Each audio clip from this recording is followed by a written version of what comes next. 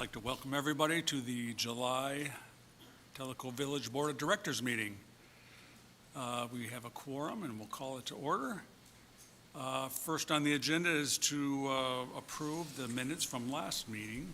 And if I could get a motion. Second, anyone? Second. Any comments, changes to those minutes? John, I've given some wording clarifications to Karen, and I've reviewed them with Matt on just some of the items. I don't see the need to go through all of them individually unless the other board members want to hear the wording updates. Okay. Any other changes, comments? No. All those in favor of approving with the amendments? Okay.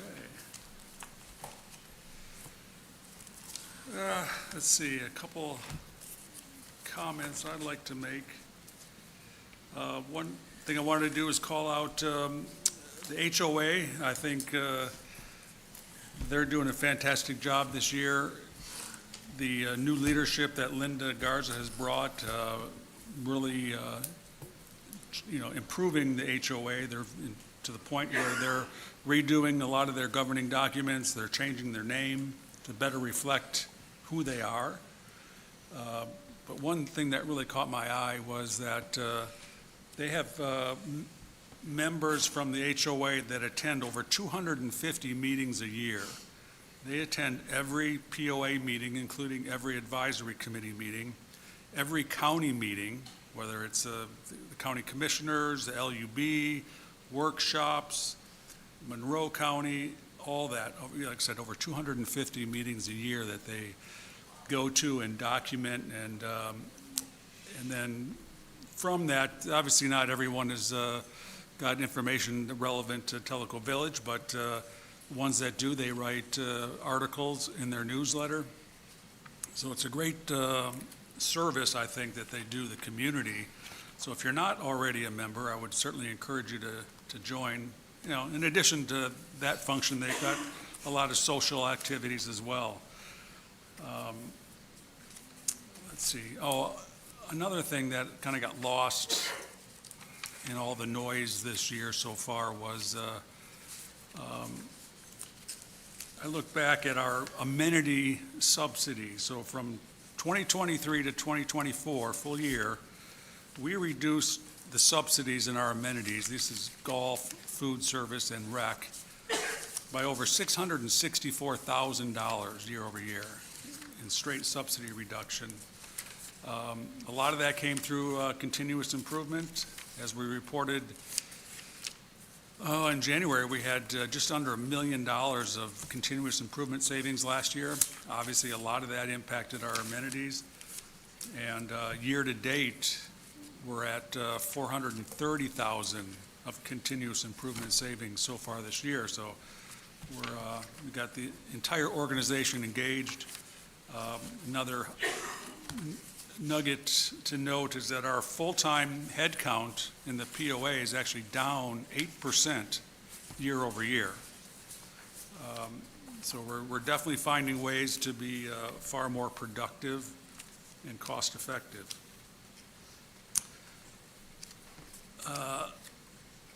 What else? Oh, Karen, the next slide. So I wanted to, now that we're at mid-year, just highlight what I talked about early in the year, some of the things that are on our plate, both board and POA, and kind of where we're at. So obviously number one is obviously delivering our budgeted reserve contributions, and we're certainly on track. We're actually a little ahead of budget so far year to date. You'll hear from Judy later. Achieve 500,000 of continuous improvement. Like I said, year to date, we're at 430, so we're well on the way there. Implement phase one of the new business system.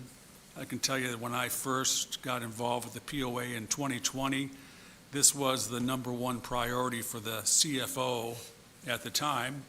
And the subsequent 3 CFOs that we hired, it was all of their number one priorities.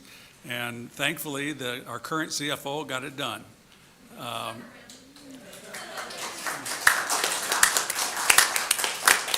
and we're almost completely off of our 1980s computer system. Probably got way more computing power in my tablet here than on that thing, but that's a huge, huge thing. It's a huge project. Anybody's ever gone through a system conversion, it's a big deal. Everybody has to relearn their jobs in the organization. We've successfully updated our reserve study and the cash flow analysis that it drove relative to the $80 fee. Those are all complete. We're continuing to manage the Tanasi rebuild and continuing to work on our infrastructure improvement program. And as we've reported pretty much at every board meeting, we're doing a top to bottom POA policy review. And that's going to continue today and probably the rest of the year.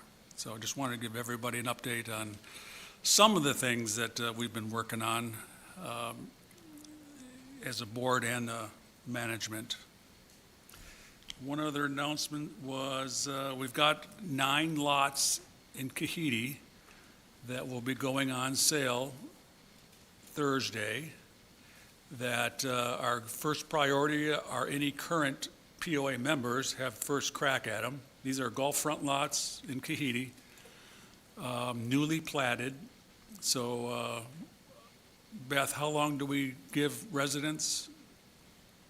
Well, it went out to residents and builders, and it starts Thursday at 5 and will run through Sunday at 5. And you can find the webpage, it's a POA website --lot-sales, and it'll be, if you want it specifically, I can email a link to anybody. But we wanted to give residents an opportunity before we list it publicly on the MLS. John, I was just for clarification, those lots are all on the first fairway. Yeah. I mean, people probably already know that, but just for clarification. There's also a couple on the ninth hole, between 8th and 9th hole on Kahite Trail, but they're all on Kahite Trail. Yeah, they're all, like I said, golf frontage, and some have very nice long-range mountain views as well.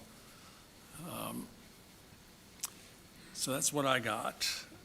I was going to have Kevin give us a quick update on the Tennessee Public Utility Commission notice that we got last week.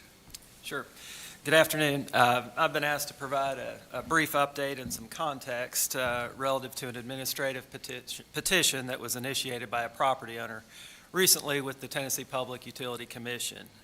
In that petition, the property owner asked the singular question of whether or not POA utilities were subject to regulation by the Tennessee Public Utility Commission, which I'll refer to as TPUC for short. In response to the petition, the Consumer Advocate Division filed what's called an intervening petition.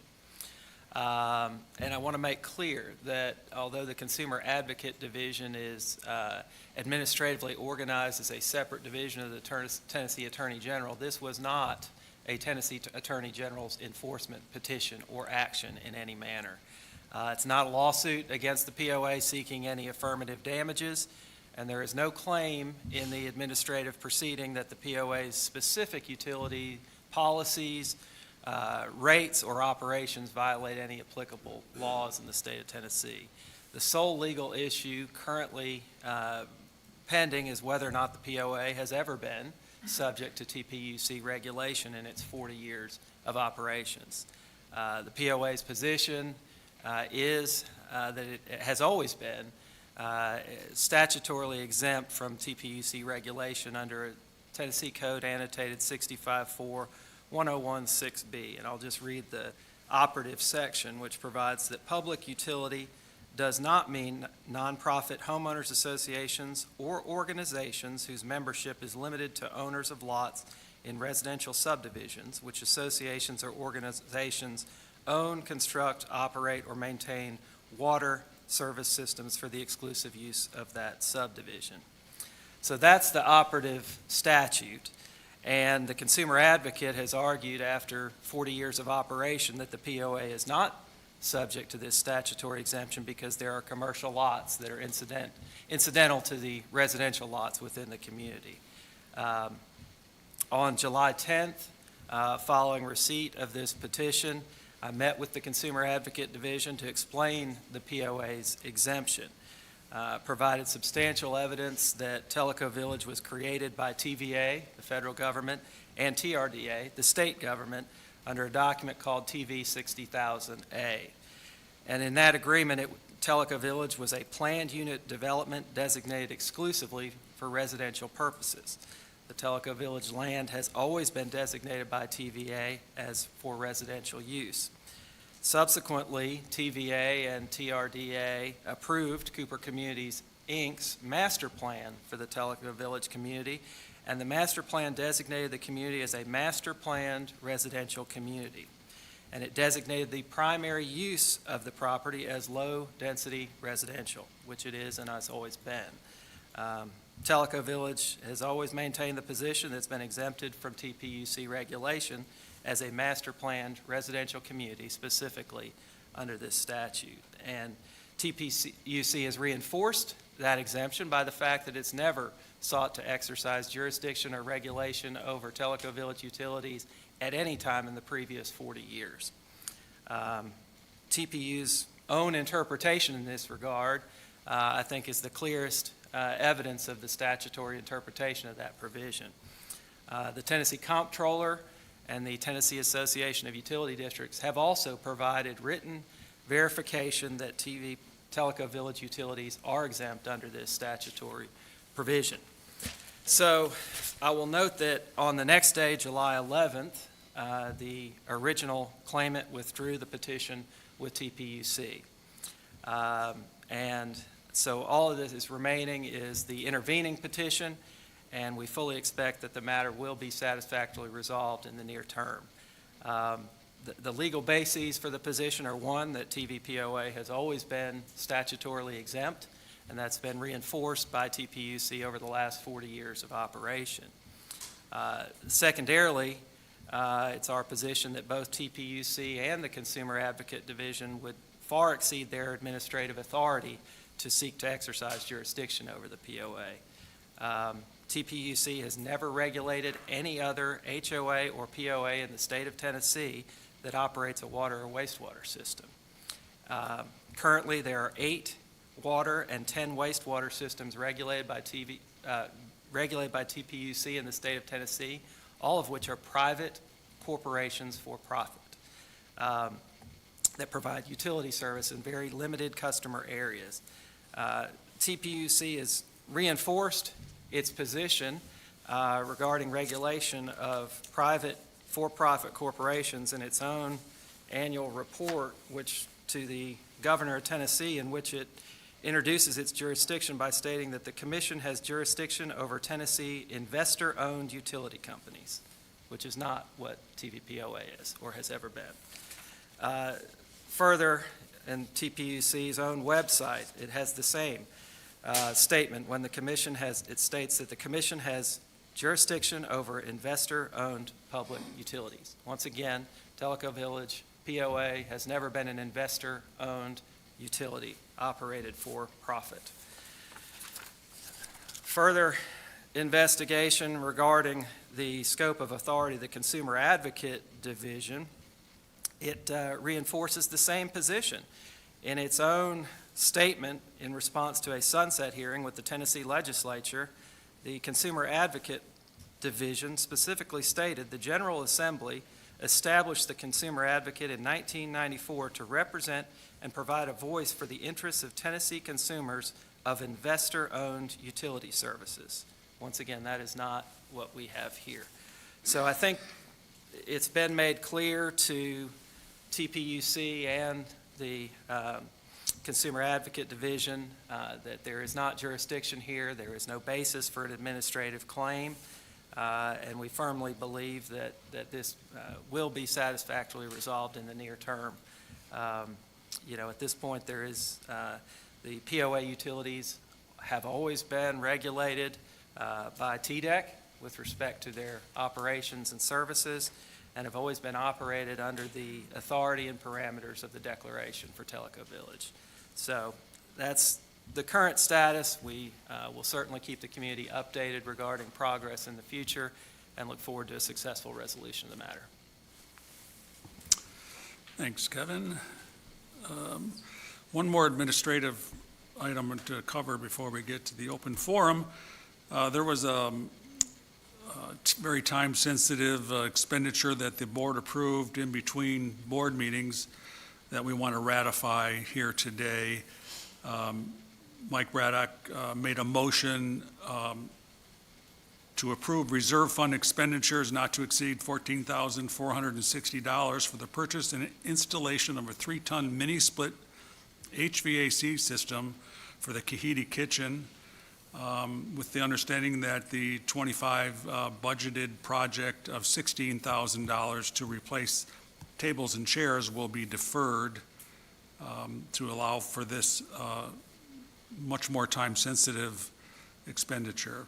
And that was approved via email by all members, but we want to ratify it here. So I will ask that everybody affirm their approval of this expenditure. Okay, 7, good. Just wanted to take care of that. And with that, we will go to the open forum section of the agenda.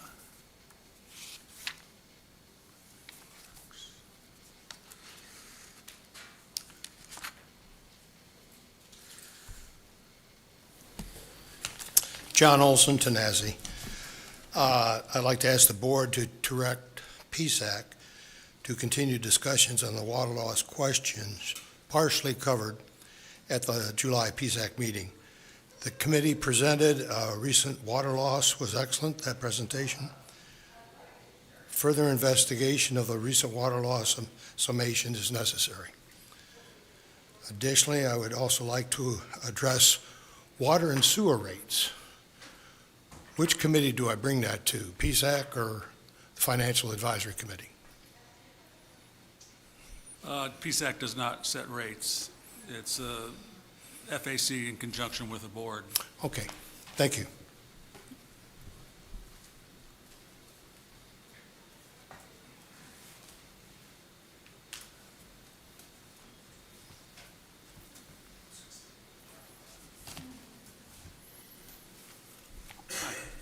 Good afternoon, Mike Lynch, Kahite. I have been aware in my 4 years of the efforts to affect traffic intervention, both for Kahite residents and also at the southern end of the Parkway. And I want to commend the committee for the progress that it's made. Having said that,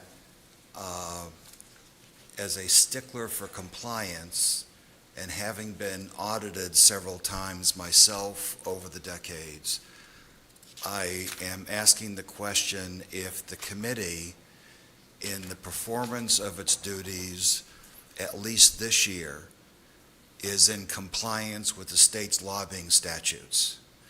That is, non-compensated volunteers who spend a total or more of 10 days.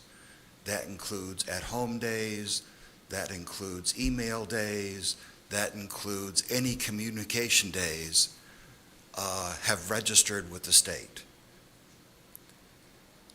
I don't need to know right now, but again, having been subject to compliance audits, they can be painful.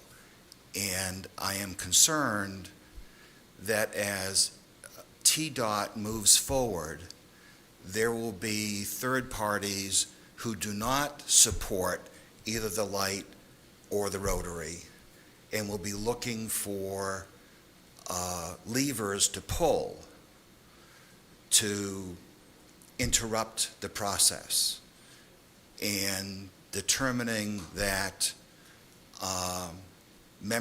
any one member of the committee who spent over the last 6 months, I won't even talk about 2024, but over the last 6 months, spent 10 days or more, broadly speaking, broadly defining the work that they do, and did not register, could come back and bite you all in the ass. Now, when you say 10 days, that's 10 days over the course of a year or 10 days a month? 10 days over the course of a year. So that would be 80 hours, basically? Yeah. So for example, if you spent 3 hours doing emails, that's a day. So it's not 80 hours, it's if you spend, what, 5 minutes one day, it's a whole day? Yeah. So in my experience, in my professional experience, if you spend any time on a matter during a day, that's a day. Now, in some states, it's defined by hours. So if I limited myself to 20 hours on a subject, I was free and clear. If I perform this work in conjunction with your retained lobbyists in Nashville, then it doesn't count. But if the individual is having direct or by statute indirect communications with a state employee for purposes of affecting public policy. Now, Mr. Stevens may disagree, but having done this for 40 years, I would rather we be on the side of being conservative. I mean, there's no downside to registering. So, Well, Kevin, maybe just if you could enlighten us next time on the Tennessee law Yeah, relative to this. I took good notes from what you said, and I'll gladly take a look and provide an update next month. Yeah.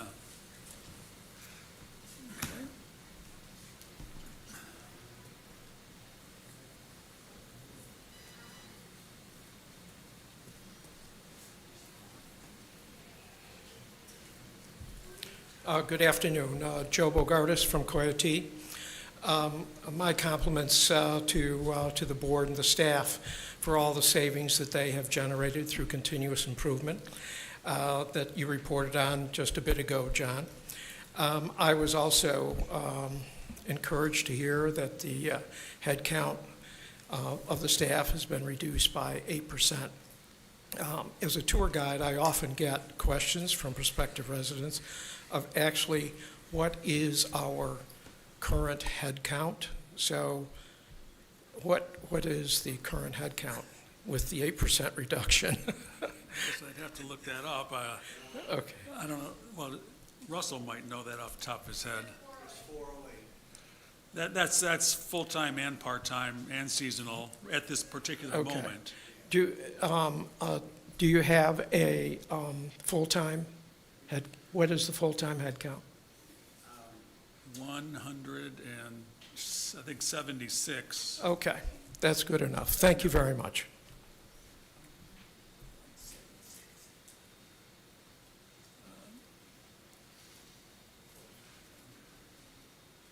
Okay, well, if there's nothing else, we will move along. And we've got Judy going to give us the next iteration of our ongoing reserve study progress.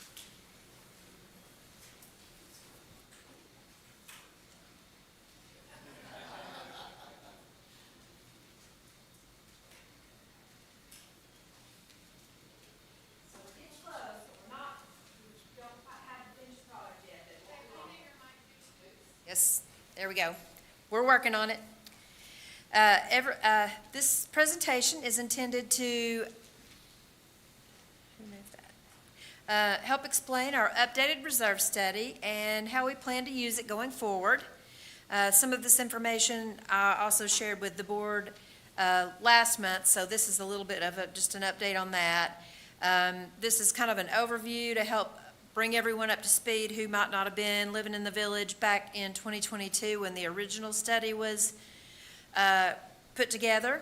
And this is going to be a foundational discussion, again, since the update is not completely finalized, so we won't be diving into details to compare the previous study with this one today, but I am going to highlight some meaningful shifts in our approach with the new study. This reserve study is a valuable tool for our POA. It helps us manage our assets responsibly. It smooths our budgeting and attempts to align reserve contributions with the actual consumption of assets over time. It's intended to help us avoid unexpected assessments and ensure we're preparing for future needs.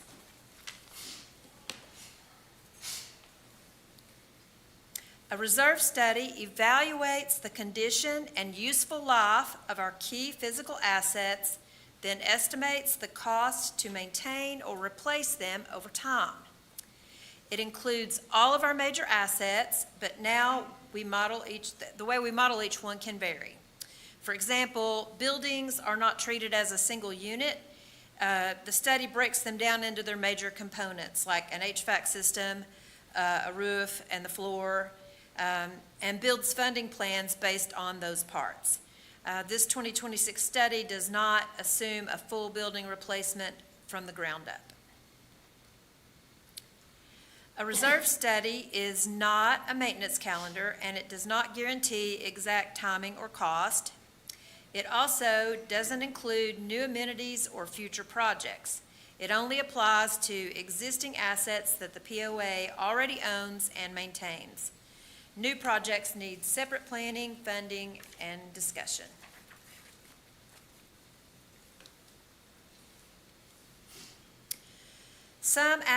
Excuse me, I think I've skipped a page. Did I skip a slide? I did do that, okay. Sorry, that doesn't look like I feel like I skipped a slide. There we go, I did. Some assets in the reserve study are classified as zero funding. That means we don't set aside reserve contributions for them. This simply reflects a different funding approach. Zero funded assets typically have low costs and are thus taken care of within our operating budget, or they have very long useful lives and are managed through routine preventive maintenance. Managing these effectively without reserve dollars depends on maintaining a very strong gold standard preventive maintenance program. Examples include underground pipes, greens, fairways, and roads. Our model would need to be adjusted if there was a change in the failure rates, cost expectations, or policy direction. A full list of the zero funded items will be shared once the reserve study is finalized. Now we want this slide. Baseline funding means the reserve balance is managed so that it doesn't fall below zero or a specified dollar amount. It's more flexible but comes with more risk. Our original study used the baseline funding approach, and this was more practical when we were attempting to provide a degree of funding for all of the assets that we own. With this updated study, we are moving to a full funding approach. Full funding builds reserves to meet 100% of projected replacement costs for covered assets. It's more conservative and lowers the risk of relying on special assessments, loans, and deferred maintenance. This is an example of how the full funding model works. I shared this example last month, but I'm going to share it again now. Let's just assume we have a roof in our study with a $100,000 replacement cost and a 20-year useful life. Under the full funding approach, we would set aside $5,000 per year, 1/20th of the total cost, so that by the end of the asset's life, we would have the full amount needed to replace the asset. This approach is straightforward, but more importantly, it helps us smooth out our contributions that we need to make the reserves each year. That smoothing effect carries over into our budget planning as well, helping us to avoid sudden spikes in funding needs. Why is it flipping on its own? And making long-term financial planning more predictable and manageable. The reserve study sets our long-term funding target, which helps inform our surplus goals we build into each annual budget. The 2026 budget will be the first shaped by this updated study. Once it's finalized, we'll share how our proposed reserve contributions align with these targets. We expect the study to provide us with a clearer foundation for budgeting and long-term planning. It's a key piece of our broader cash strategy, especially as we plan for large-scale water and sewer projects in the years to come. As part of this update, we are separating the water and sewer assets from other POA assets within the reserve model. The water sewer system has unique funding considerations, and we want to make sure that reserve contributions are tied directly to operational resources from that part of the organization. This allows for clearer planning and accountability and ensures that reserve contributions for water and sewer are evaluated separately from other POA funding needs. The reserve study is not static. It will be updated formally every 3 to 5 years by our consultant, FA, but more regularly in-house to reflect new or retired assets, cost changes, and actual outcomes from our maintenance program. Ongoing updates to the model keep it relevant and useful. We have to remain flexible but also disciplined. Reserve funds should not be viewed as available for building new amenities or reducing future contributions. They're set aside to maintain the assets that we have. Okay, what you'll see in the final version. Even though the reserve study is still being finalized, I wanted to give you a preview of what to expect when we receive the completed version. We plan to share a comparison between the 23 and 26 studies, highlighting how the asset list has changed, how assumptions around useful life and costs have been updated, and how our funding strategy has evolved. The new study will include refreshed life cycle estimates drawing on both historical experience of the POA and national benchmarks. Water and sewer assets will be reported separately. Their reserve needs will be evaluated independently, and contributions will come from water and sewer operations. This reflects the distinct nature of those systems and helps strengthen planning and accountability. The final study will clearly reflect our adopted funding approach and will serve as a foundation for the 2026 budget, including water and sewer reserve contributions and other general assets. Not done. Ultimately, the goal is to deliver a transparent, useful tool that supports long-term planning and strengthens confidence in how we manage the community's assets. The reserve study reflects more than just updated numbers. It represents an evolution in how we approach long-term capital planning. We're intentionally aligning our reserve strategy with other financial and operational efforts. We will use this study to guide budgeting, cash flow forecasting, and preventive maintenance planning. This shift supports financial stability, avoids deferred maintenance, and is intended to reinforce confidence in our ability to care for the assets that matter most to our residents.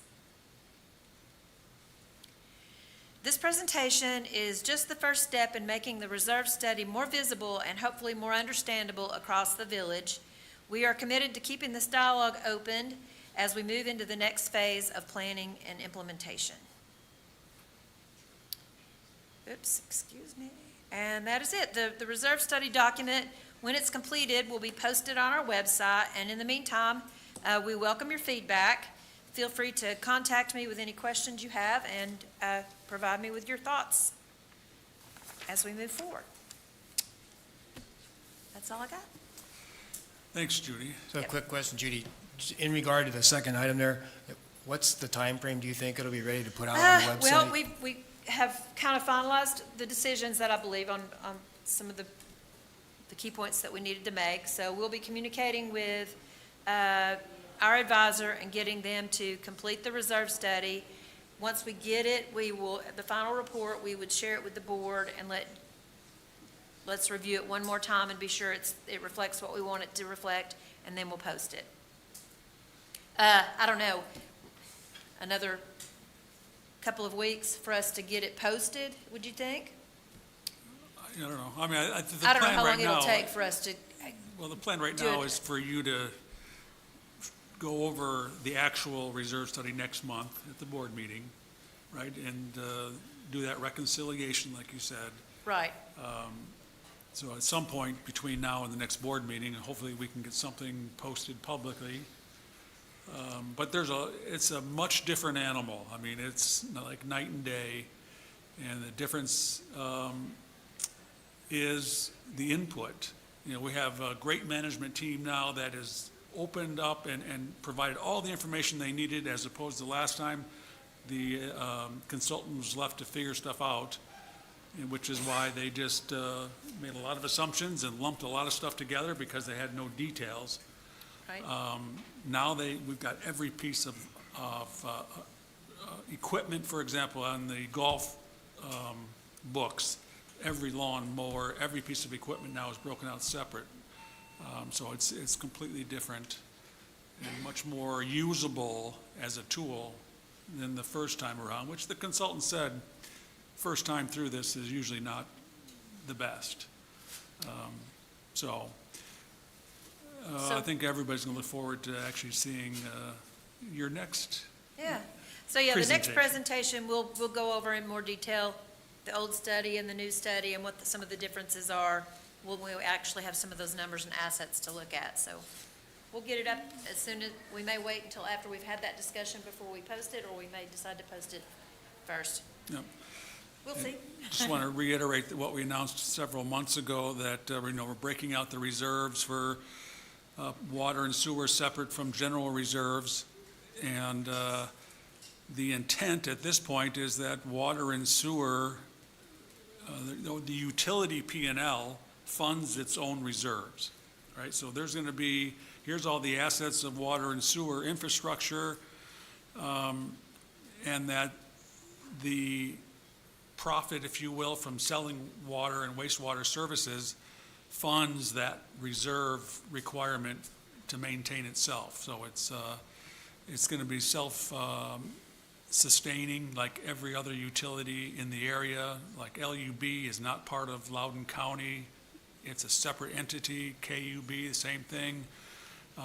There's a reason why I think everybody separates their utility business from their management business. So we're heading in that direction. We've got a lot of work to do. Unfortunately, we've got a lot of projects impacting the folks that have to do that work, which is why it's taken a little bit longer.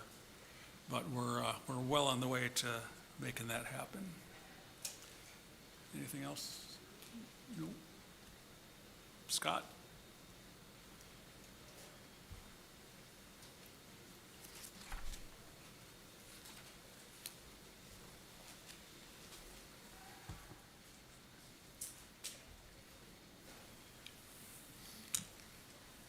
Thank you, John. I want to go ahead and just give us a quick update on Tanasi construction.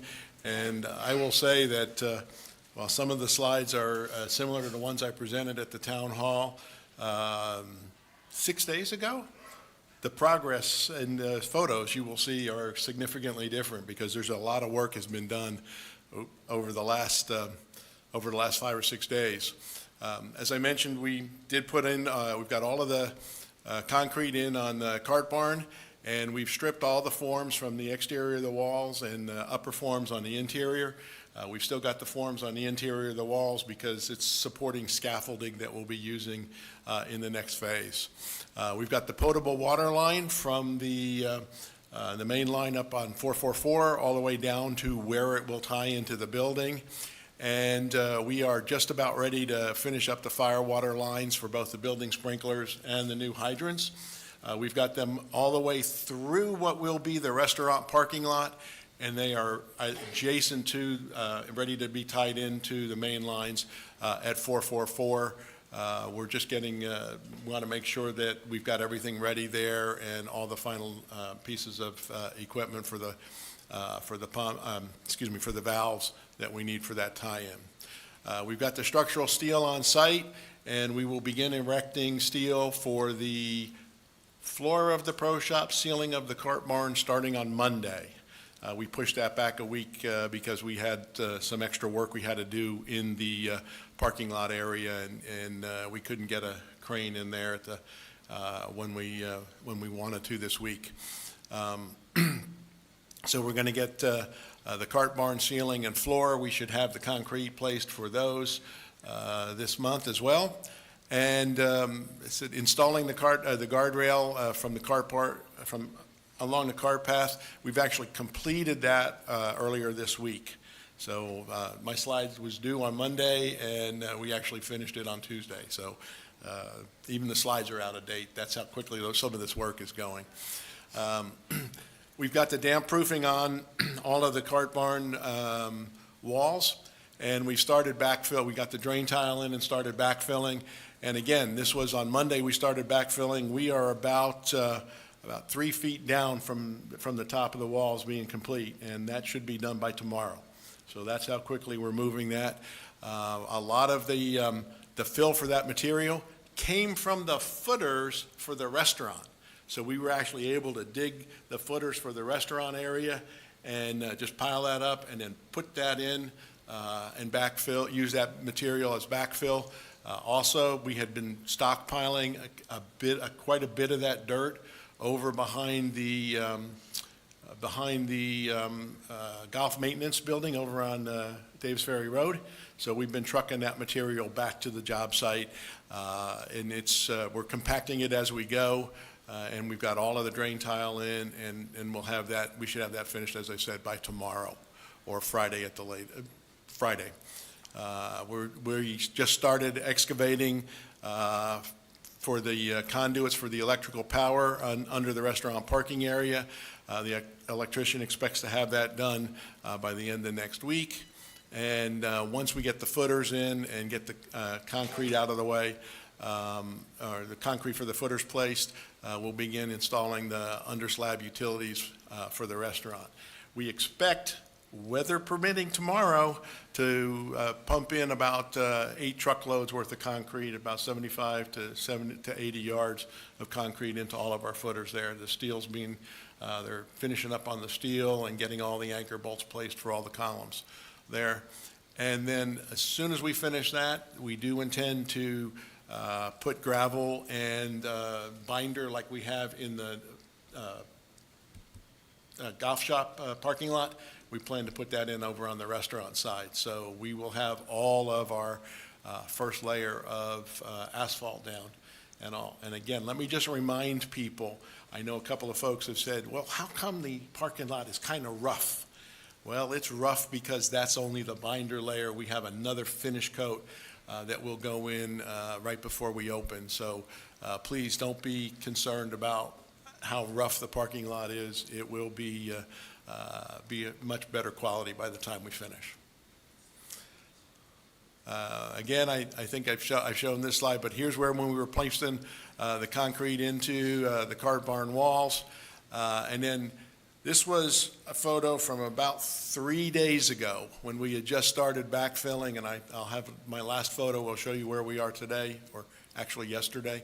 But you can see where we've got the damp proofing up about halfway on the walls. As we backfilled that in, we then went ahead and put the damp proofing on the rest of the walls.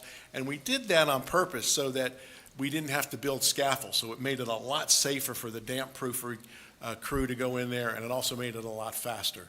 So we went ahead and, as we filled all that in, he was then able to get his crew back in there and finish up the damp proofing. Here you can see as we're backfilling a little bit further, you can see how we're compacting. On the small areas where it was tight, we had this smaller remote-controlled compactor. So we were able to do that, and we were looking for 10 or 12-year-olds who with their Game Boys so they could come out and help us out, but we ended up having to use someone a little older. There's our steel for the supports on the cart barn, and we also have some bar joists there which will hold the floor, ceiling, and all. Again, the borings, how we put the boring in under 444. And here's the finished guardrail. They went around from the 9th green all the way down to the just short of where the access is to the docks there at Tanasi. So we've got that, so now we have all of the safety rails in around the cart paths. And here's the aerial photo of what it looked like 2 days ago. Joe Freeze was flying his drone over there, and you can see all of the holes on the right-hand side there, the dark spots there. Those are the holes for the footers. Some of those are 5 feet square. Some of them are 7 by 7, so they're pretty big. Some of them are very deep. The ones all the way toward the slope, toward the cart path, those are about 6 feet deep.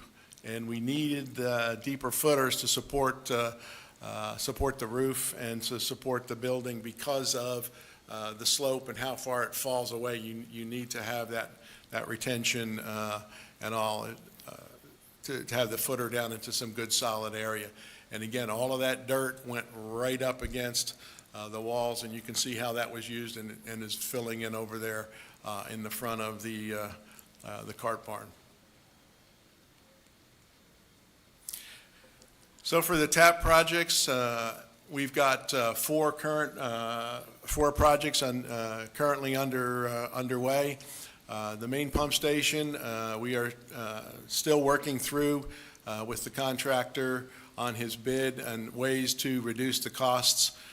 It's considerably above what the engineer's estimate were or was. We're going to have a workshop over the next couple of days to try and see where we want to go from there. We did confirm with the contractor that should we decide to move forward with this approach, that as long as we have him in the field by the 1st of October, he will be able to be substantially complete with the work by September 30th of 2026. What that allows us to do is preserve the grant from TDEC and Loudoun County. And the meetings that we had with them 2 weeks ago said that those grant funds are still available for the project. I guess one last comment on that. I think any different approach that we might take would very much eliminate the possibility of us getting the grant. So that's one thing that why we're moving so diligently to try and resolve this question right now. The I&I efforts, we've continued to analyze the data. Unfortunately, fortunately for my Tanasi construction crew, it hasn't rained in the last 6 weeks very much. Unfortunately for our I&I pilot study, it hasn't rained very much in the last 6 weeks, so we haven't been able to get any further information as to how effective the extensions have been. That said, we are continuing to do inspections. Our inspection team is in Tokwa right now. We're about 2/3 of the way through Tokwa. When we finish that, we'll move across 444 and do the neighborhoods over on that side, and then we'll continue to work north through the village. We've got about just over 1,500 tanks in the main village inspected, so that gives us, with the 650 in Kahite, right at about 2,200. So we are just at about 1/3 of the tanks in the entire community being inspected. The inspectors are continuing to, or the Public Works staff is continuing to install the extensions as we identify them, and as of yesterday, we are caught up. So the only tank extensions that are not installed right now are the ones that were found this week.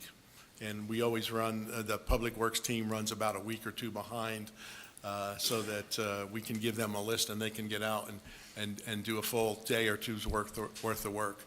As the inspectors find damaged tank lids or any other issues, they go ahead and replace those.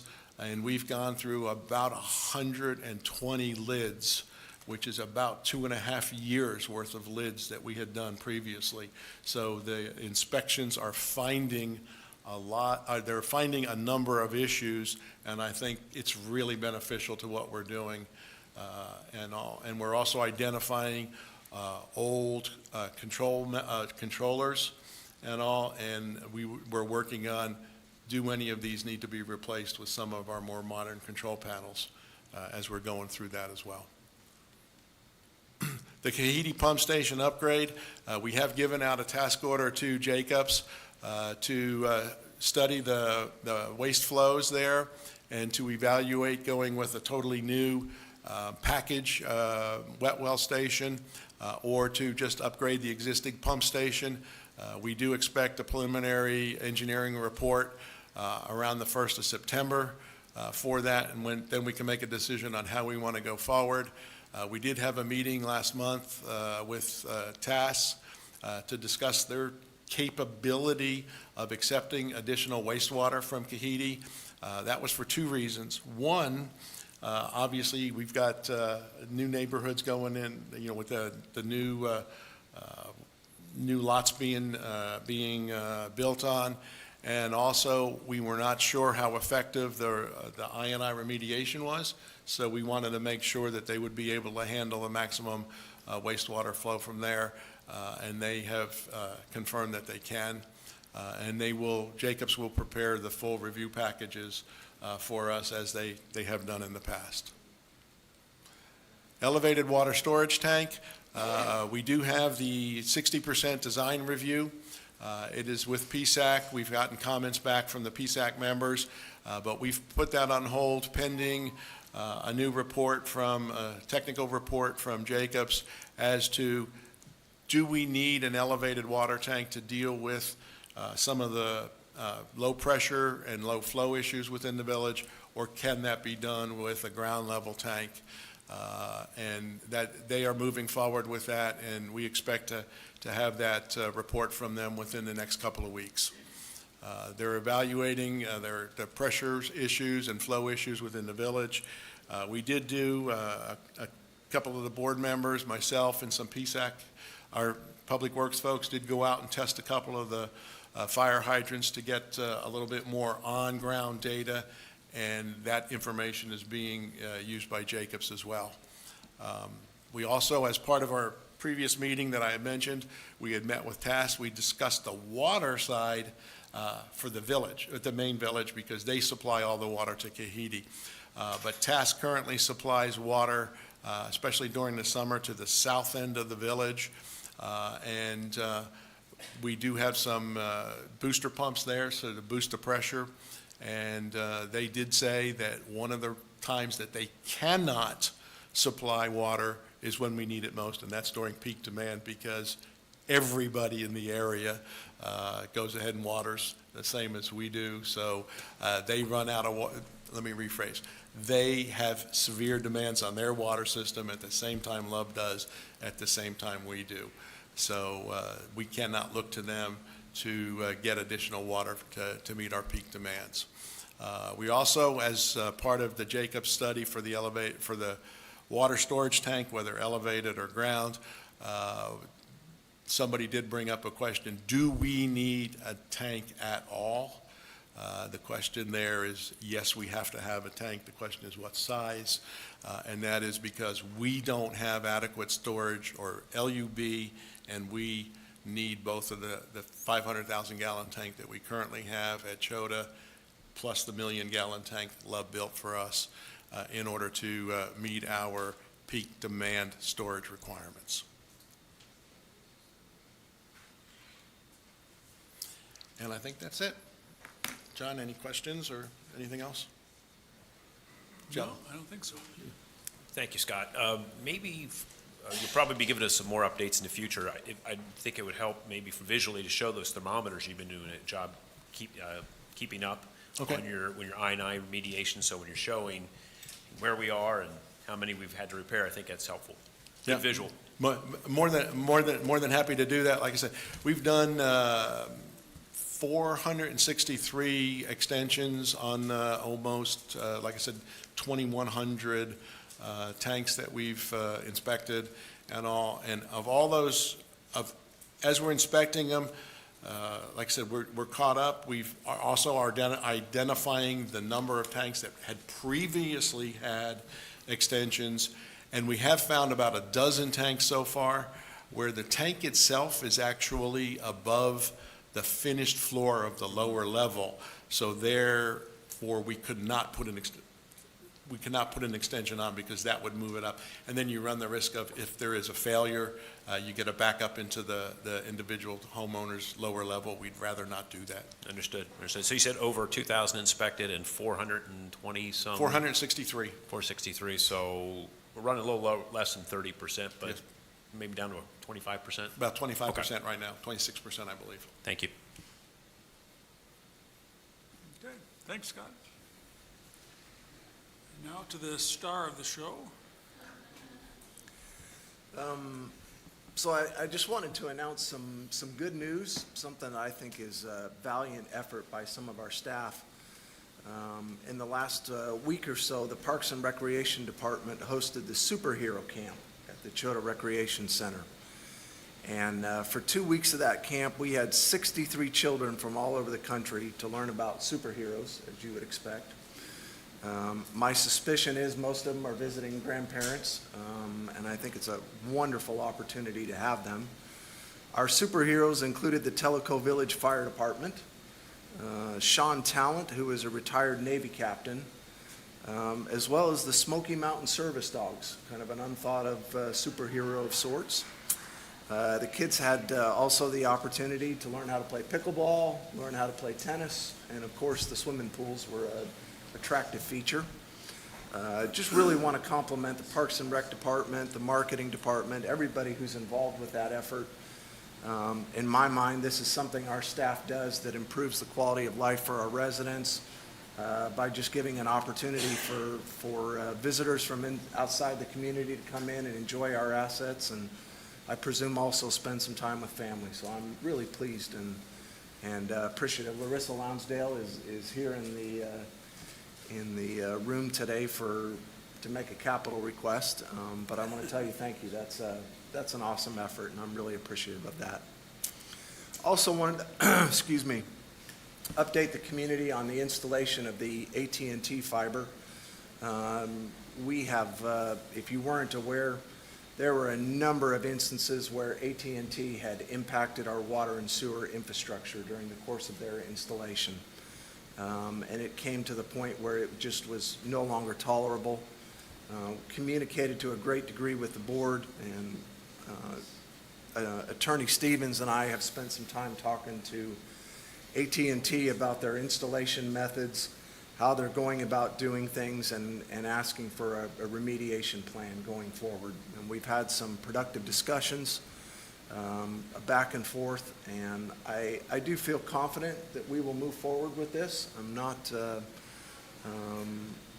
of the belief this is the end of it, but we really did come to a point where shutting down their work was the prudent move, and I do think they'll come to the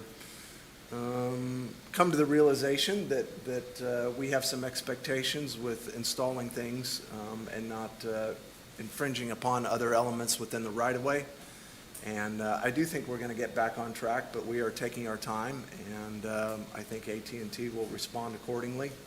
And when we do get started again, we'll let the public know. But right now, we need to be convinced that what they're doing is being done in a way that does not put the water and sewer operators in a position where they're out making repairs.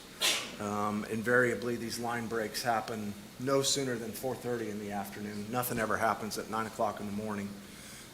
So we're taking our time, trying to do it right, but I do not believe this is the end of it, but there was good reason for pause.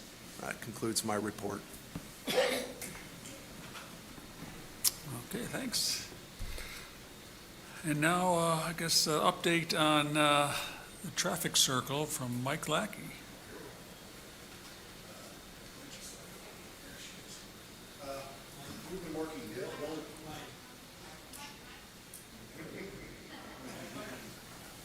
We've been working diligently with TPO, which is the Tennessee Transportation Authority around here, and Billy Pickle, who is our roads manager. There's a grant available for the 444 corridor. Mike, thank you.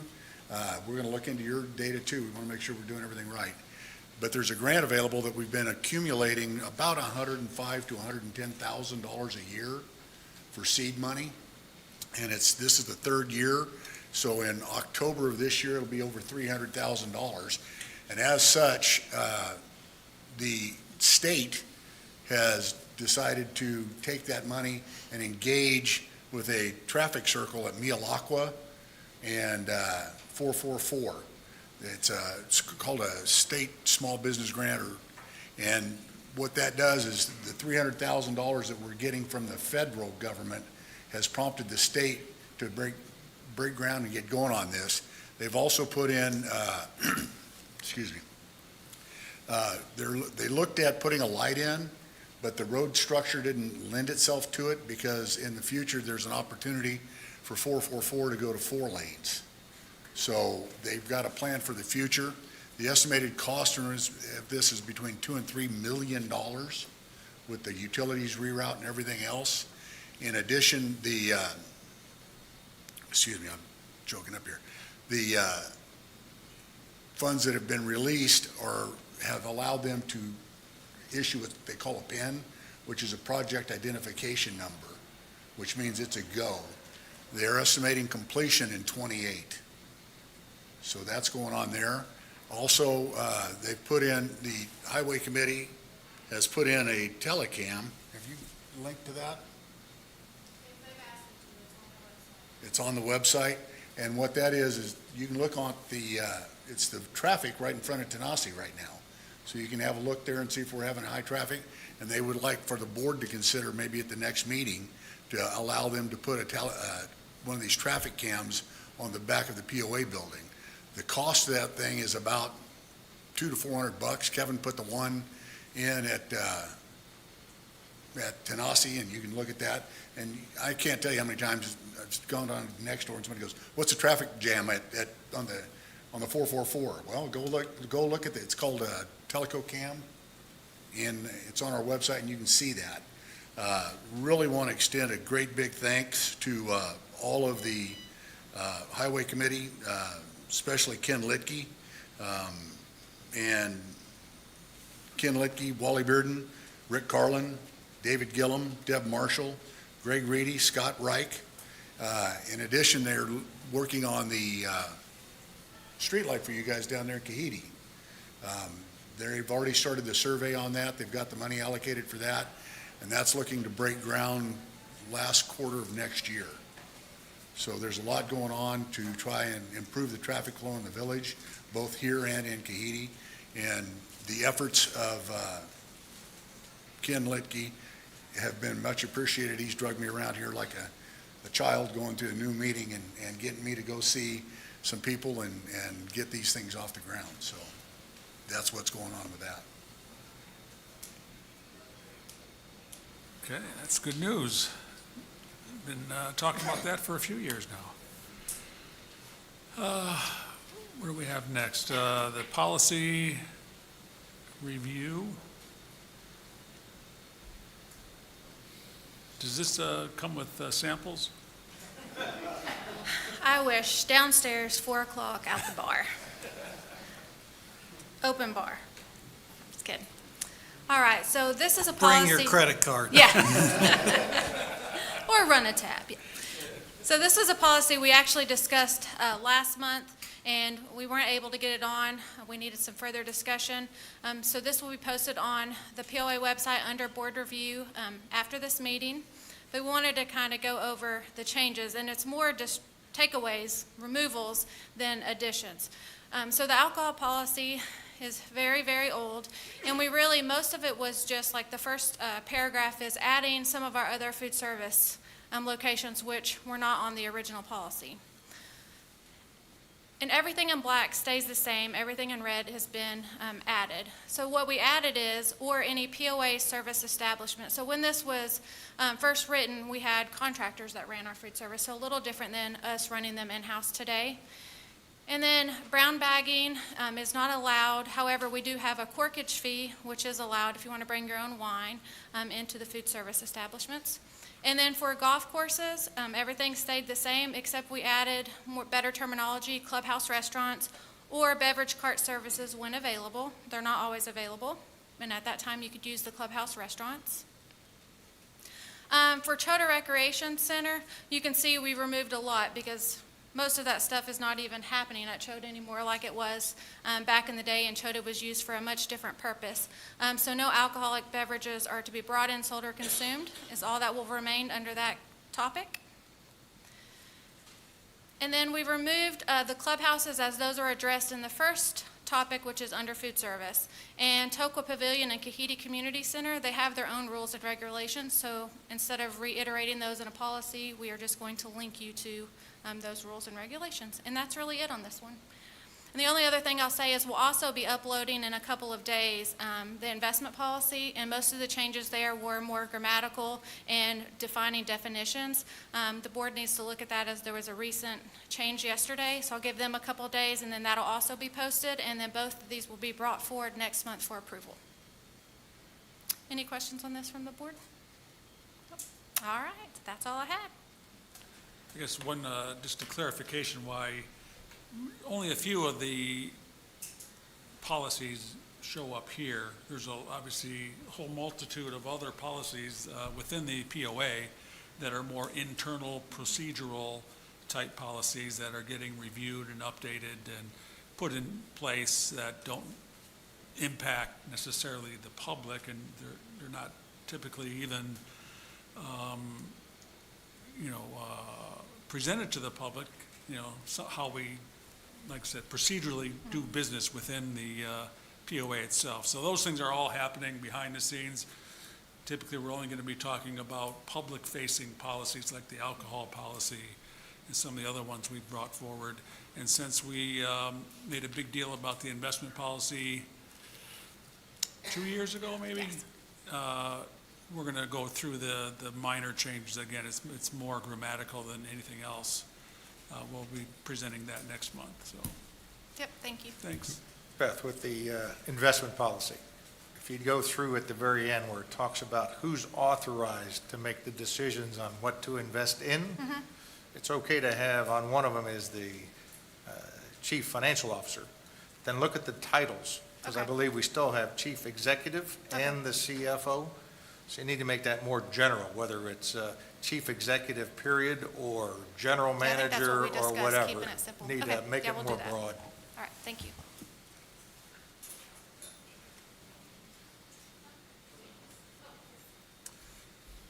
What do we got now? Judy's back up.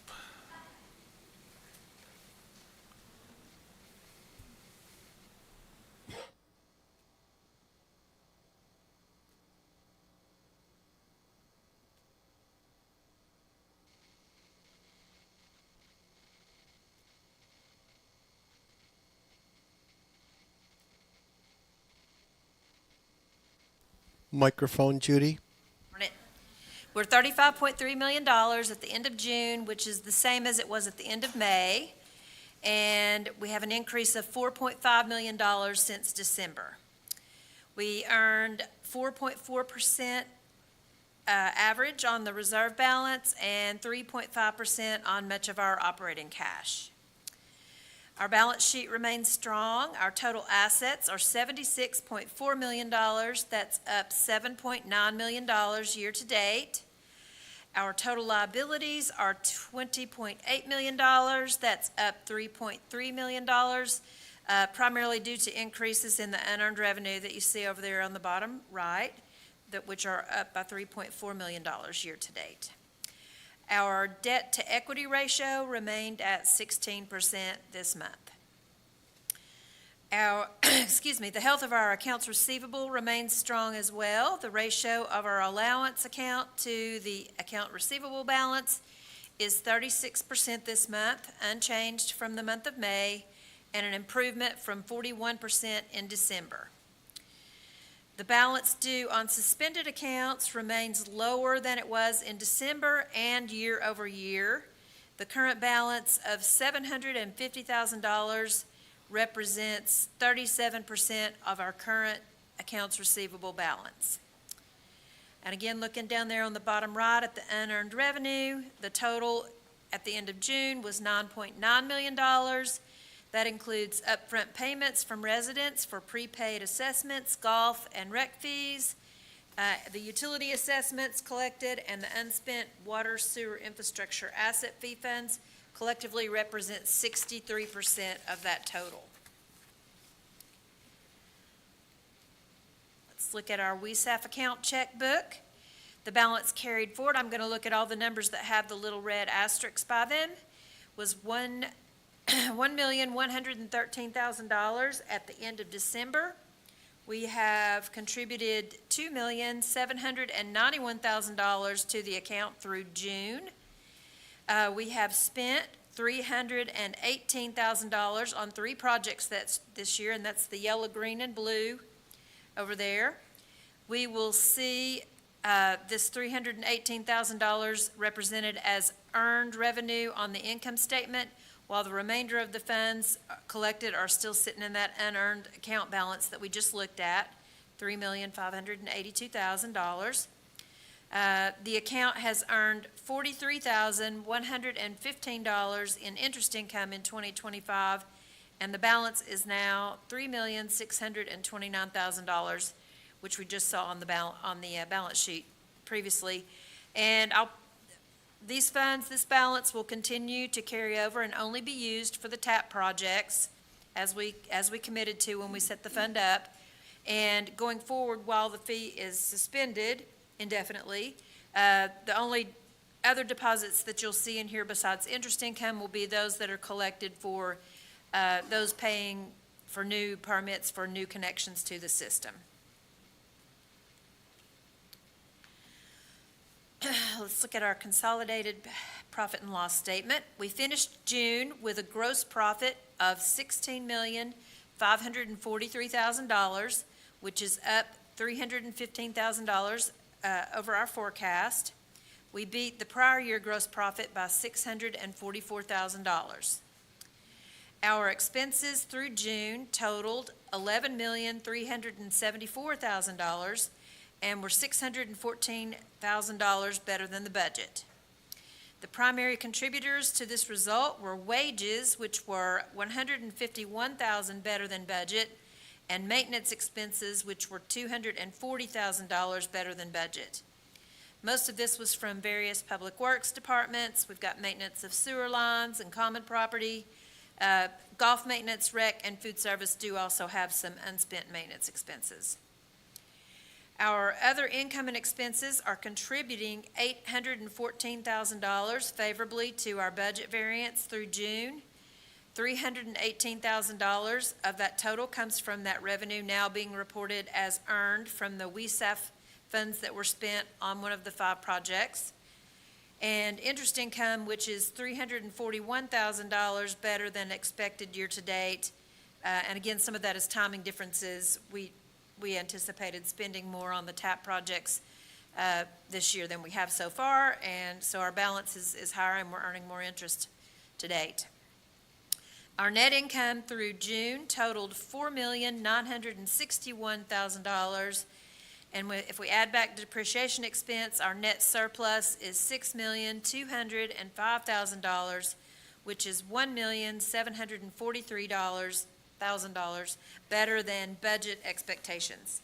This year-to-date variance is roughly 53% from operations and 47% from those other sources of income.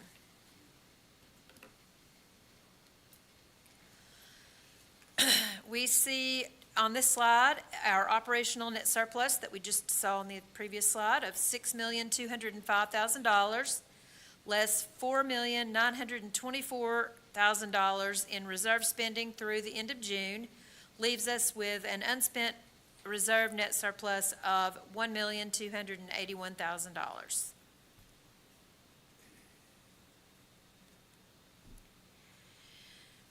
Total reserve spending budget, those two numbers added together from 24 and 25 budget, the first 2 columns on the left, equal $21.7 million. Authorized spending on these projects year-to-date is $16 million, and divisional spending results for 2025 are that $4,924,000 there in the next to the last column on the spreadsheet, which agrees to the slide that we just saw. And now I've got a few extra slides in here this month.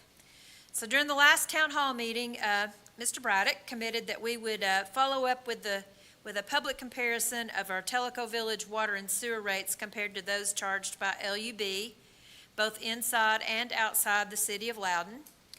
What you see here is a side-by-side comparison at several different usage levels. We've got 2,000, 3, 5, 7, and 10,000 gallons of use per month. All three of these rate structures, that's ours and both of the Loudon rates, include a monthly base customer charge per gallon, above which there's a per gallon charge. Tellico Village's base rate includes the first 2,000 gallons. The LUB rates for inside and outside Loudon have a base rate, and then they charge a rate for every 1,000 gallons that you consume. Those are just ingredients that are included in the calculation of those rates. Additionally, LUB does not cap sewer gallons billed, while Tellico Village limits sewer billing to 5,000 gallons per month. And you can see that at lower usage levels, our rates are very competitive. In fact, they are favorable to the outside of the city of Loudon rates. Obviously, that variance becomes larger as you get up into the higher usage Judy, brackets. I would just add that the outside Loudon is the more accurate comparison Because we are outside. Yeah, we are. And then the inside Loudon pays a 60% higher property tax in order to save a few dollars on their utility bill. So it's not really an accurate comparison to compare inside Loudon unless you tack on Right. the added property tax. Exactly. So for less than if you're using 3,000 gallons or less, you are paying less in Tellico Village than you would with LUB directly if you lived outside the city of Loudon.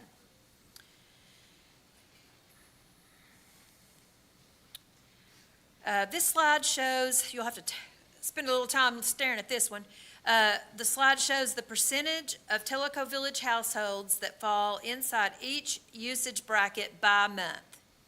One thing that stands out is that a majority of our residents, more than 60% in most months, use 3,000 gallons or less, meaning that they stay within the lowest billing tiers and benefit from relatively low water costs, again, lower than what you would pay if you were an LUB customer outside the city of Loudon.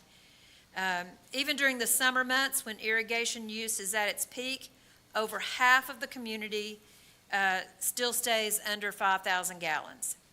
With that said, we do obviously recognize that for households with irrigation systems or larger landscapes, the bills can increase significantly during those hotter months.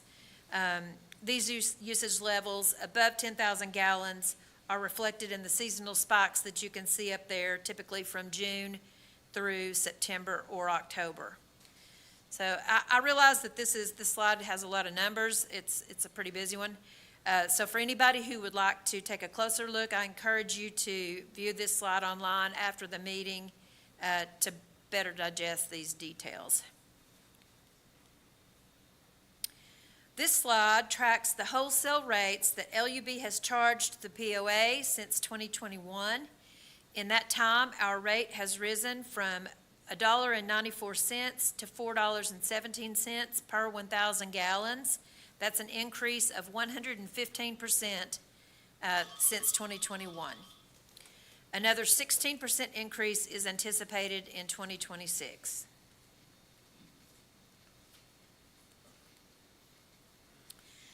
This slide summarizes our financial performance in 2024, our actual results for the whole year, and our adopted budget for 2025.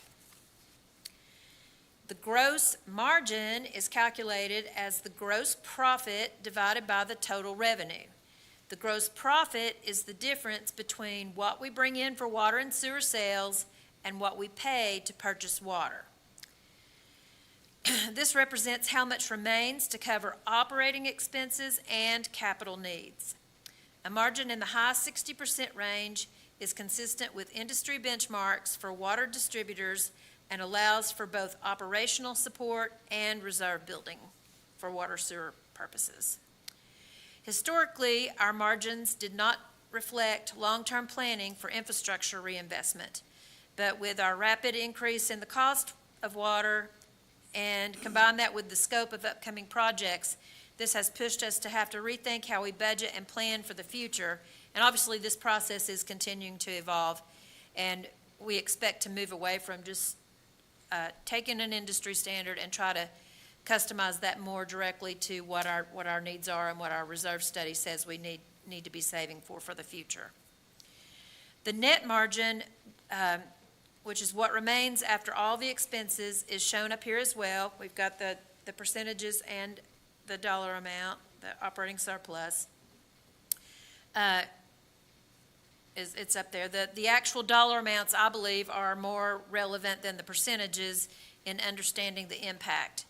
If you look at 2025, we've budgeted $3.9 million in operational surplus, which supports $4.9 million in planned capital spending. Mostly that's TAP projects for the year. And you'll also notice that leaves us with a net position for the year of negative $1 million. This does not include the water sewer reserves already on hand, which we plan to establish right away, and it also does not account for the WESAF funds that have been collected prior to the fee being suspended. Those dollars are still available and will be a critical part of our long-term capital strategy, and the 4 TAP projects represent a significant investment in new infrastructure, separate from what is covered in our reserve study. So that's all I have to share with you today on the water and sewer information. There'll be more discussions in the future when we get started through the 2026 budget process and how we plan to contribute to reserves for the water and sewer in the future. So with that, I'm going to turn it over to... Well, hold on, there's a couple questions if you don't mind. sorry. One of the questions was, if you don't include lakefront homes that irrigate, how are those reflected on the chart if they were removed? I guess they're talking about usage numbers. Well, yeah, I don't have that information available to pull out residents who live on the lake and how much water they use. I don't know that, we've never done that. But I don't understand the question of if they were removed. The comment says you cannot include this is from Karen Egan, you cannot include lakefront homes that do not irrigate using LUB water. So those numbers in the chart are deceptive. And then Steve C. says it would be a fair question to ask how those numbers change if you remove all the waterfront homes from the total number of homes in the data. And then she says that's the point, the chart doesn't mean anything. I think the thing is just that there's still water consumption being used, and this is the percentage. Not every home that's off the lake irrigates either.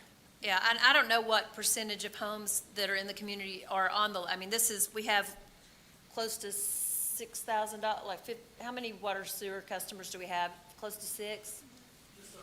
How many lakefront homes do we have that have pumps?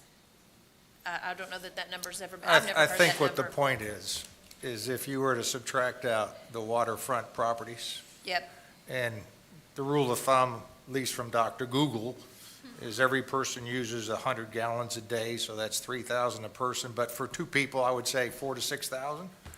So what's happening is you're skewed to the left on this chart. What'll happen is the percentage will increase to those using more water. If you were to go through your bills and say, here are the 150 or 200 properties on the water, let's take that billing information out and recalculate your chart. The question is, what's the impact? Is it a magnitude change or is it a slight shift? I don't know. Steve, in that space, you're not irrigating in the winter months anyway, so those are your true numbers. There you go. yep, yeah, with the exception of, Good observation. You're right. Yeah. Back out some. We had one more question that's relating to your topics from Steve C. He would like to know, he is concerned that the subsidies for food service and golf on their budget, do they pay overhead like rent, utilities, and insurance? they pay utilities, And they that's pay in their- insurance. That's in their review of what you do every month. That's all included in their department. Oh, yes, yes. Yeah, they food service pays all the expenses associated with their space, so most of them are shared, except for, well, even the yacht club is shared, right? This room is not part of food service. But Tokwa, the space that's used by golf the expenses are segregated between golf and food service, so everything food service related shows up on their P&L.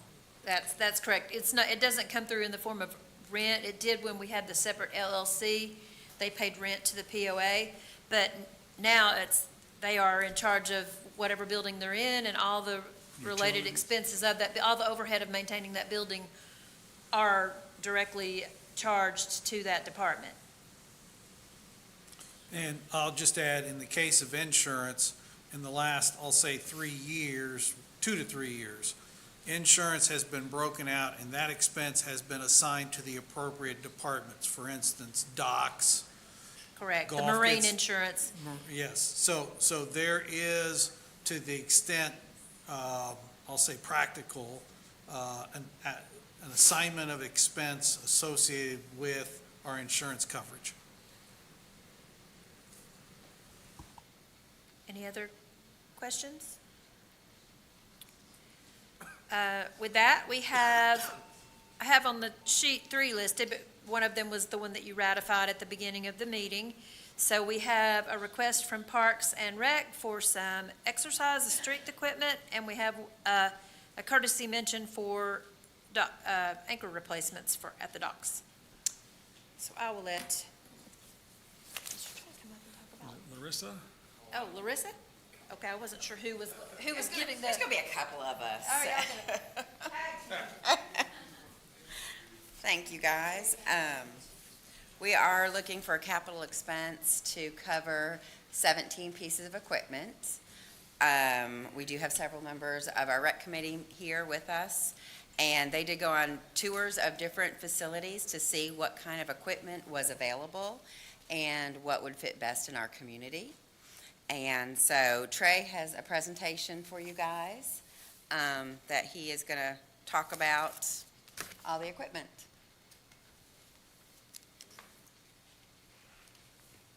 And there should be a slideshow. Yeah.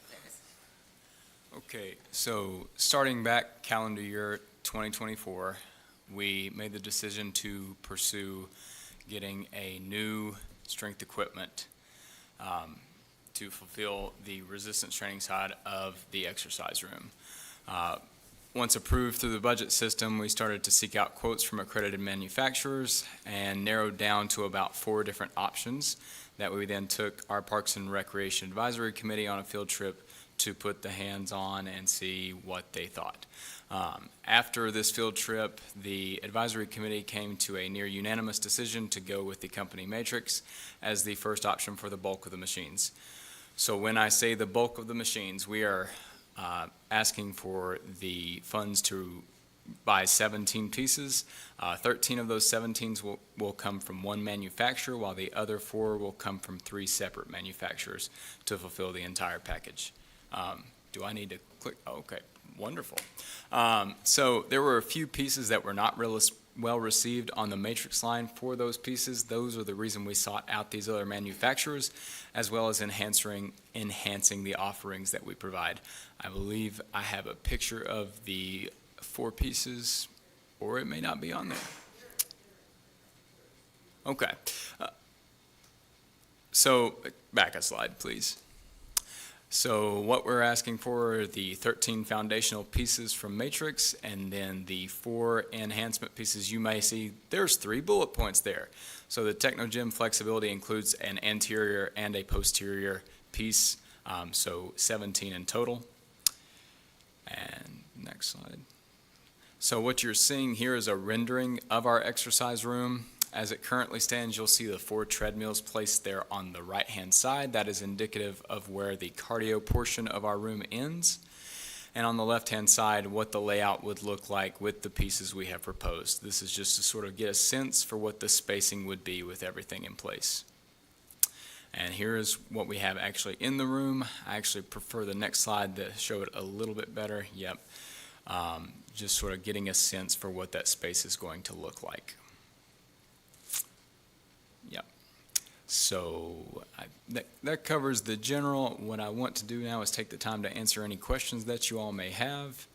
So Trey, I'll open it up to you. I'll start it off, since I'm the liaison to the rec committee. Can you explain why we're replacing this equipment in the first place? Okay, so strength equipment in general has an expected lifespan of 10 to 15 years. We have reached the decade mark on our current equipment, and you said, well, he said 10 to 15 years. In most cases, it can make it to 15. However, for our specific situation, the manufacturer of our current equipment was bought out and its manufacturing discontinued in 2017.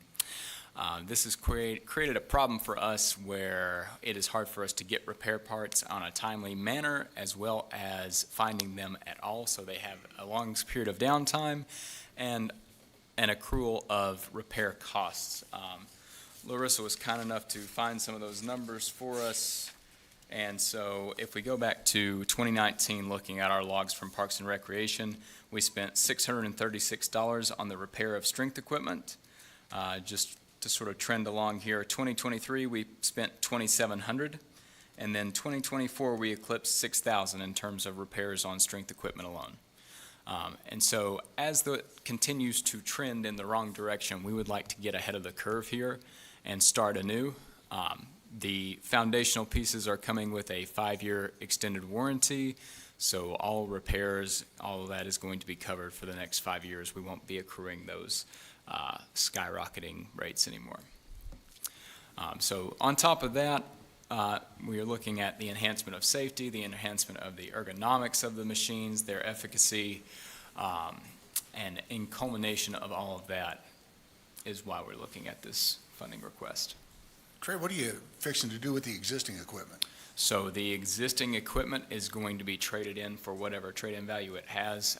We've been offered a $5,000 for it. So that is the company offering the trade-in value knows that the equipment has been discontinued from manufacturing, so that's about what we can expect, unfortunately, for its value at this point. But the main purpose is we create the space for the new pieces to come in. Sir? So, thank you, Trey. And Larissa, I appreciate the time you spent with me yesterday going over that. Trey spent over an hour going over, showing me the equipment and what have you. One of the questions I had, you've answered, which was what does the repair cost look like over the life? So thank you both for giving me those numbers. And I'm very encouraged that Trey has now created a spreadsheet for each piece of equipment, and he's going to track when the PMs are done, repairs that were done, cost, and and downtime. I think that'll go a long way for us to know in the future, is it 10 years, is it 15 years, is it 5 years? So I commend you for the path forward that you're moving towards that, so we can answer questions like, when do we need to purchase new, because either the qualitative side of it, such as the safety ergonomics, or the quantitative side, how much downtime, how much cost is being expended on these, and it's just not worth to continue to suffer, our patrons to suffer from not having the equipment be usable, or the cost that it's taking to repair those becomes cost prohibitive and we need to replace them. So so although I had some concerns over this initially, that's why I went to go see it yesterday with Trey, I feel that I approve this, and I think the path forward looks very bright. So thank you. One quick question. How long will it take to take this equipment out and put the new equipment in? So as far as lead time, we are estimated at 8 to 12 weeks. So assuming if we were to get approval, we could begin that project as far as getting the ball rolling as soon as this week. So will one piece of equipment be replaced at a time, or the whole thing going to be in and out? So all would be delivered at the same time. Okay, and would that, so you're talking like a day or two that none of the equipment would be available for people to use? Right. We would likely shut down the wellness center, exercise room for whatever period of time they deem necessary, move all the pieces in, train our staff as well as personal trainers, have our Parks and Rec Advisory Committee there to learn from a spokesperson from these manufacturers about how the equipment works, so that once we reopen, we can educate those that come into the space about how it's intended to be used. Thank you. John, I'll go ahead and move that the board approve the expenditure not to exceed $76,592 for the purchase of 17 pieces of strength equipment for the Wellness Center. I'll second. Okay, we have a motion and a second. Any other comments from the board? All those in favor? 7-0. Okay. Good. Well, thank you, and thank you to our advisory committee. And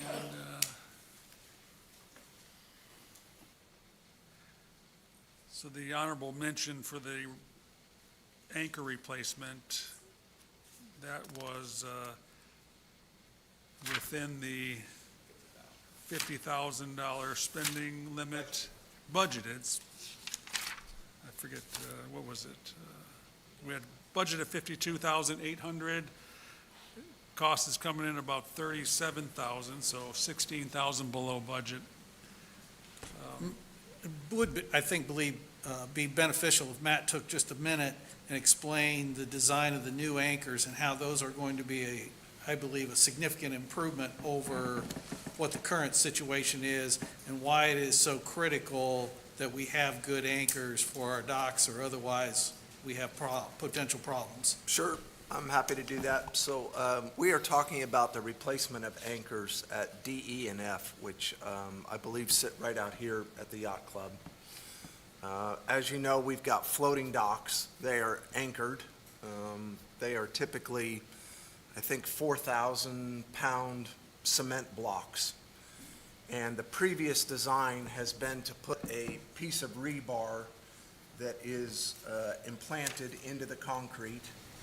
And we are finding that that piece of rebar deteriorates, and the anchor cable, which is 1/2-inch, 5/8-inch anchor cable, once it comes free from that rebar, you've got a floating dock, and I mean really floating. It'll go where the wind blows it. We encountered that just about a year ago, where we had a dock right out here that had floated away. It looked like it had snapped in half. It hadn't. It was just floating away because it wasn't attached to an anchor. So this proposed design has some really, really, really inexpensive pieces of concrete that are about 4,000 pounds apiece. But what we're doing is we are having the concrete manufactured, and I don't recall, I don't have the funding request right in front of me.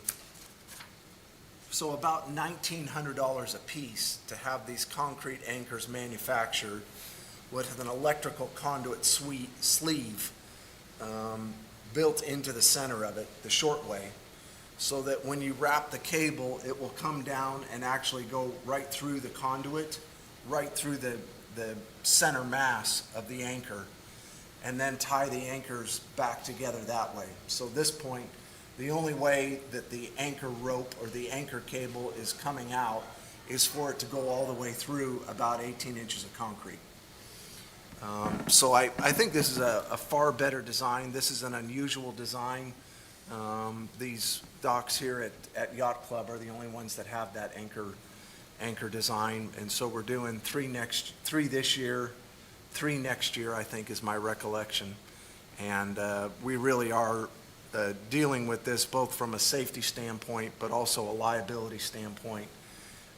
If you have anchors that lose their attachment docks that lose their attachment to the anchor, you got a dock that's just floating away and all the boats that are attached to it, and it's just a bad day. So this was, I think, a very prudent approach to resolving this issue. The funding request is in the amount of just under $37,000. Well, the damage to one boat could be that much, so it makes some sense to reconcile it, particularly given the fact it's just a year fresh from this particular instance happening. So the total funding request comes out at $37,000, and really the biggest component's about $22,000, and that's because we have divers who will bring the blocks out, and you know, it's not just somebody with scuba gear that can move 4,000 pounds around underneath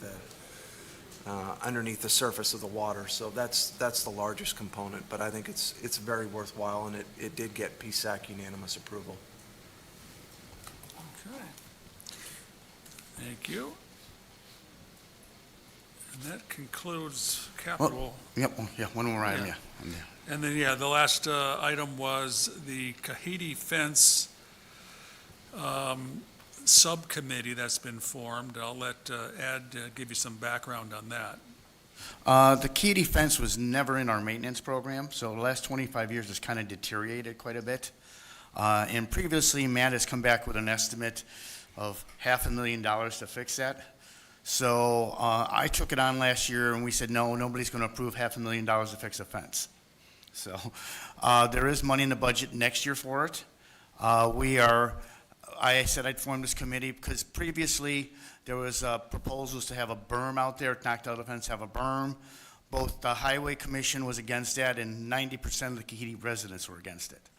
So I'm putting together a small committee of engineers and construction people from Kahite that will evaluate different options to repair or replace the fence. The primary thing would be to repair the fence, and it's also been brought up, there's a couple posts as you lose the entrance there that are really blocking the visibility and make it a safety hazard, so we're going to look into that also, part of it. And the goal is to find a solution that will be able to be repaired in budget or under budget and be aesthetically pleasing to everybody there. So, that's it. And so you created the charter, one-page charter that kind of scopes out their scope of work and their authority or lack thereof to make decisions, but recommendations. Yep. And we reviewed that this morning, and I guess we will officially take a vote. Right? Yeah, so I would move that the board approve the formation of a Kahite fence subcommittee that will work with PSAC to study alternatives for upgrading the existing fence there at Kahite. Yep, I will second that. Any other comments, questions from the board? No? All those in favor of the charter? 7-0. Thank you. Thank you. And the time frame you're looking, what, by the end of the year to have a recommendation? Yeah, we're hoping to have it by the final budget season. Okay. I mean, so, and that would be the goal. And this committee would only be around till that. Once those recommendations are made and accepted, it would be dissolved. Okay. Very good. Well, that concludes our agenda. I'll ask if there's any other from the board members. I should do this to Matt, but I'm not going to. He won. Okay. Well, I will officially adjourn this meeting and see you all next month.